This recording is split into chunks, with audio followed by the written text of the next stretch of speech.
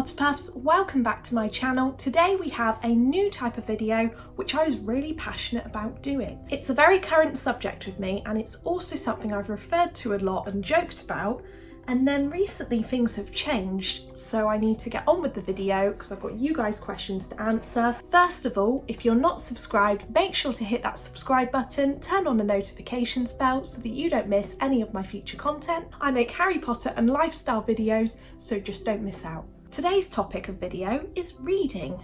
So it kind of relates to Harry Potter, but it doesn't have to on this channel. And today I felt that it was a perfect opportunity to do a bit of a Q&A, but also explain to you what's been happening recently. I'm sure there's a lot of you guys out there who read all the time. It's not something you even question. You do it all the time, and I'm like really late to the party. Apart from I'm not, because I used to read a lot. I've realised I haven't really introduced what this video is about. It's about reading, as you've realised, and it is about my return to reading. May not be a big deal to most people, but to me, it's something I gave up when I was probably about 11, 12. I read the odd thing, but it was just never my thing, and I just never thought of myself as a reader. And then recently, I got a book for my birthday. I thought that's a really nice way to unwind before bed. So I put my orangutan book, which you would have seen in my what I got for my birthday video, next to my bed, and I read a chapter a night. And it wasn't that hard. That's the funny thing. I always see reading as really, really hard.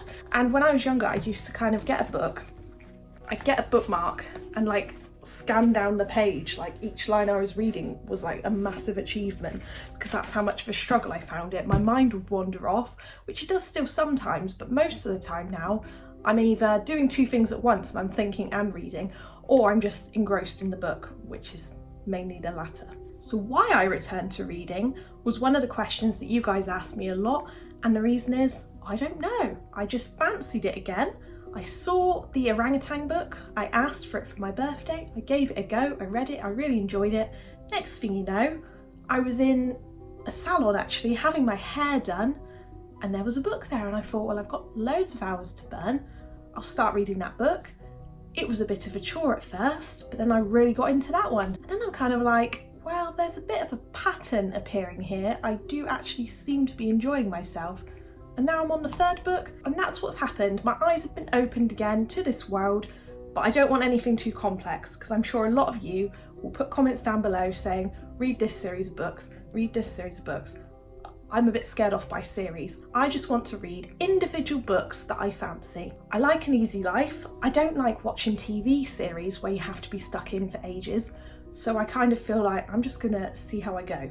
Don't push yourself too far, Bloss. See how you go. I hadn't read the Harry Potter books for many years, and a couple of years ago I listened to all the audiobooks, and that in itself was a big achievement for me because I wasn't even listening to audiobooks. I was doing it as I was colouring, and I learnt so much more listening to them again, and Stephen Fry is amazing when he reads them, especially Weasley is our king. Other than that, I just read generally non-fiction books or autobiographies. So my eyes are now opened to this whole new world, and I already have enough hobbies, so I probably didn't need to add reading into the mix. But now I want this Kindle, so I'm gonna have to use that. I wanted to do a Q&A with you guys soon anyway, so this was the perfect video to do one because I got reading related questions, and soon I will do a more generalised Q&A. Reading always works well though, because I know a lot of you talk about it to me and I'm just kind of like blank face because I don't do it. So I've got out some books that I used to read, the books I'm reading now, and then I'm just going to get straight in and answer the questions. So the types of books that I used to read were mainly autobiographies. Miranda was one of my favourites. I've got all of her books. I've probably got up there on a shelf you can't see about 7 books, 4 of which are Miranda Hart related because I've been obsessed with her for a little while. She hasn't been on TV for a long time, but I love her books. I read those. This book is what you would call non-fiction because it is cheating. This is just little snippets from Gavin and Stacey, and that is a TV programme in the UK which a lot of people love. I loved, still love, and I've just read this book so many times, but it's not a real one because it's like Facebook pages and everything. Whoa, that is a blast from the past. Since when did Facebook look like that anymore? I read this in year 7 at school. This is the only childhood book I've really got remaining now. I really enjoyed it as a story and as a film, so I've kept that. We then move on to more current reads. I'm going to explain the 2 I've been reading, one of which I've lent away, so I can't actually show you, but it is in my What I Got for My Birthday video. It is an autobiography, technically, of a guy who works at Monkey World and works with orangutans. It's the best book.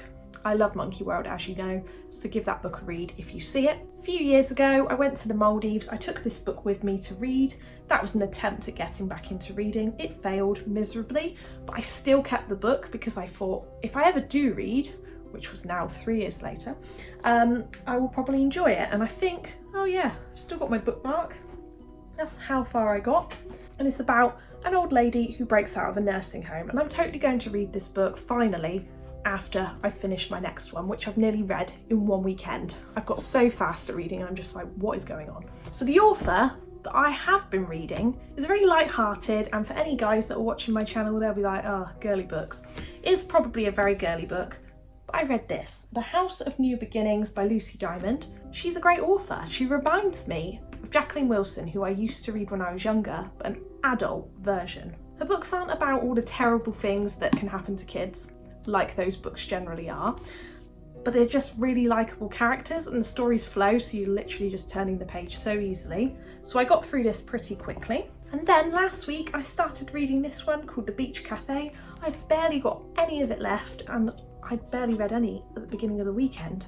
This is amazing. It's about a girl who inherits a cafe in Cornwall from her auntie who sadly passed away. She then has to run a cafe. She's a temp, so she'd never really done any of this kind of work before. She didn't know what she wanted to do in life, so she practically split up with her boyfriend, ran away to Cornwall, started running this cafe. Lots of things happen and it's really, really fun to read. And now I really want to visit Cornwall. So I would highly recommend, because I'm going to read all of this author's books. They're really, really, really, really fun. Now, let's move on to the questions you guys have asked me, because I genuinely can talk for so long on these subjects. You could have a whole hour of me ranting about reading. I just go on and on and on. But no, let's do the structured thing, which is to read out the questions. So I've had some questions from you guys from Facebook, Twitter, Instagram and YouTube. I tried to get the majority from YouTube, seeing as that's the platform we're on right now. But you guys have sent lots of interesting things. I wish I could have done all the questions, because I was like, that is such a good idea. Definitely answering that one. The list got very long. And also I'm sorry that this isn't the snazzy way that some YouTubers do it, where they put up the person's name and the actual comment on the screen. It really takes too long when you've got a full-time job. So I'm just going to read them out my notebook. So Sally Rebecca says, do you keep a list of books/books you plan to read?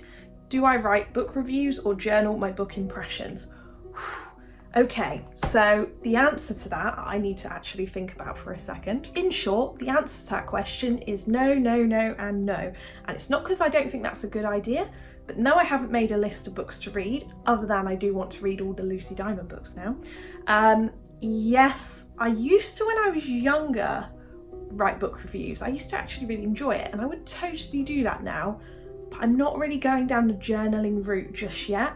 I know that can be really fun, and people who bullet journal like to write out book reviews, books they plan to read, the names of books they've read this year. I might start doing that. At the moment, keeping it simple, just reading. So on Twitter, we had a question from Portia. Question is, what's your favourite book genre to read? So genre, that's a tricky one. I don't really have a genre, and it's the same with music. I have a kind of taste where I just kind of think, I like that, I like that. I don't really have a specific genre, but I do feel with reading, I'm going for autobiographies, real life stories, and also just kind of, I don't know what the girl books are called that you read. I'm going to call them girl books because they're typically books that only women would read. I'm just going to call them light-hearted, fun girl books. These are now the questions from YouTube. So Rafi King says, how do you motivate yourself to read? I want to get back into reading but don't always have the motivation to do so. Do you have any tips? My tips would be, don't put pressure on yourself to do it. It's meant to be fun, so if you feel like doing it, do it. If you don't, then don't. but just read whatever you want, read a few pages, but before bed is quite a good time. I used to think I was just going to fall to sleep when I started reading, but recently I haven't been, and it's been a much better thing to do than to sit on your phone for 10 minutes before you go to sleep. So my tip would be maybe before bed. Connor Heads asked me, does the environment you're in affect how invested you get into a book? Definitely. I am extremely easily distracted with anything. I could just see something out the window, or something could be on TV, or somebody's having a conversation. And when I used to revise, this happened when I was younger as well, I literally would think about anything other than what I should be thinking and doing. So I'd sit there meant to be reading a book and I'm probably listening to somebody else's conversation or watching something with one eye on the TV. It can be very challenging to keep yourself focused, but I feel that when you get into the zone, actually want to read and are enjoying the book, it becomes a lot easier, because I've been able to switch and just focus. Honeyduke Seller has a very valid question and kind of links to Connor's. How do you carve out time in your schedule to read? Do you get easily distracted? I say I'm going to read but end up playing games on my phone. So that is relatable. For one, I always find it very challenging to actually focus, sit there, as I just said, and do it. If my phone's next to me, if I hear it beep or buzz, I try and not look at it, but I'm kind of like, but what was that though? And normally it's something really pointless that I don't have to look at, but it's just the phone reaction from 2019. Everyone just looks at their phone automatically when something happens, which is really quite bad.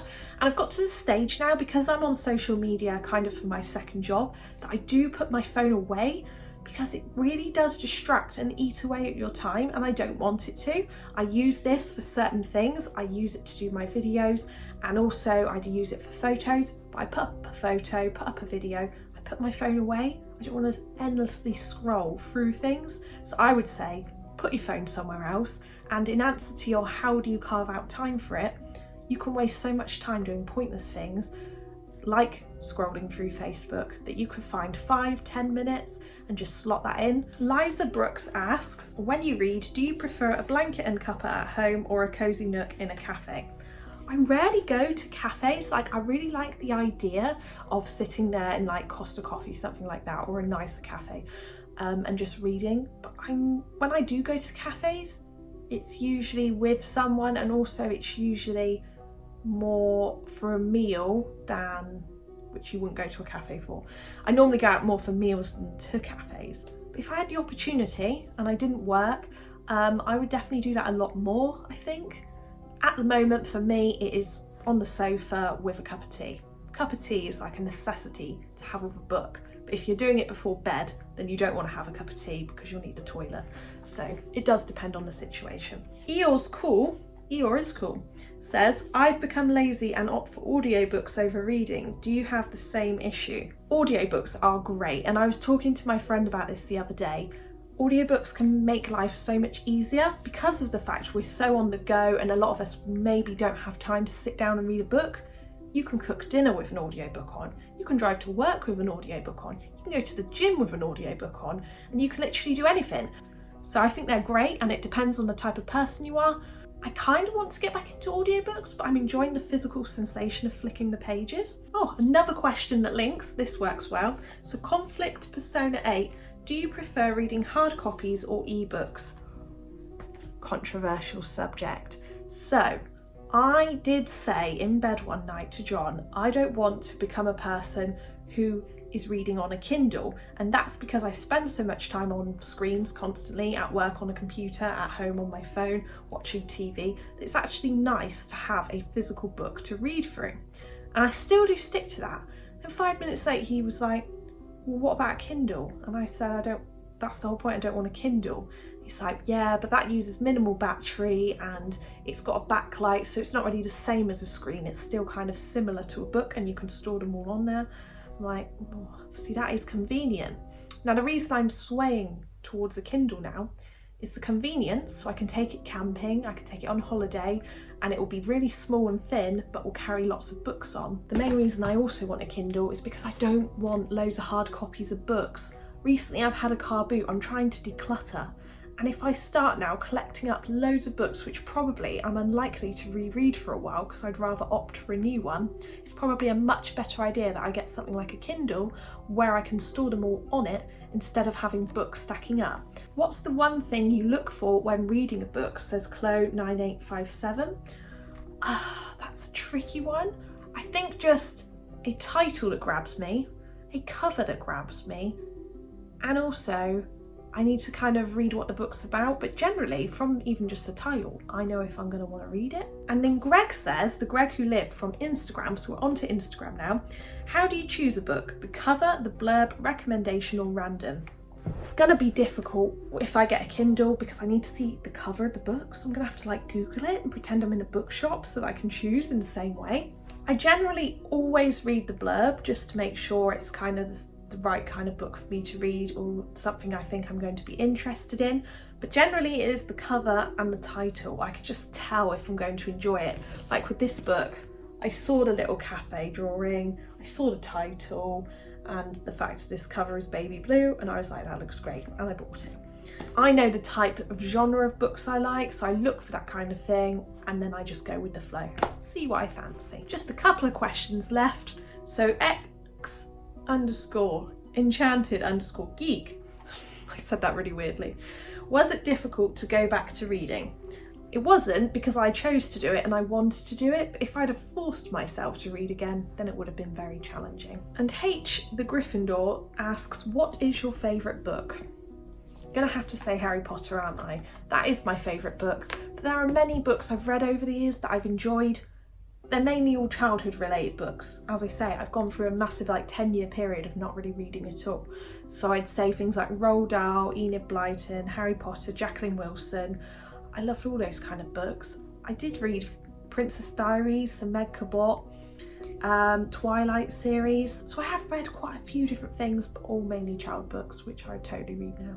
This video's kind of sparked a lot of questions, so I'd like a little discussion down below. That would be awesome. And also, do recommend any books you think I would like and any books that you've been currently enjoying. Have you been reading all the time, or is it something that you've got back into? And also let me know if you would like me to do some book reviews or talk in future about my book reading experiences. We have a fun video coming up next, which is what's in my new Harry Potter bag. I'm going to do an updated what's in my bag video, an impromptu one, but the video idea came along, so we're going to flow with it. And I will see you again very soon. Bye!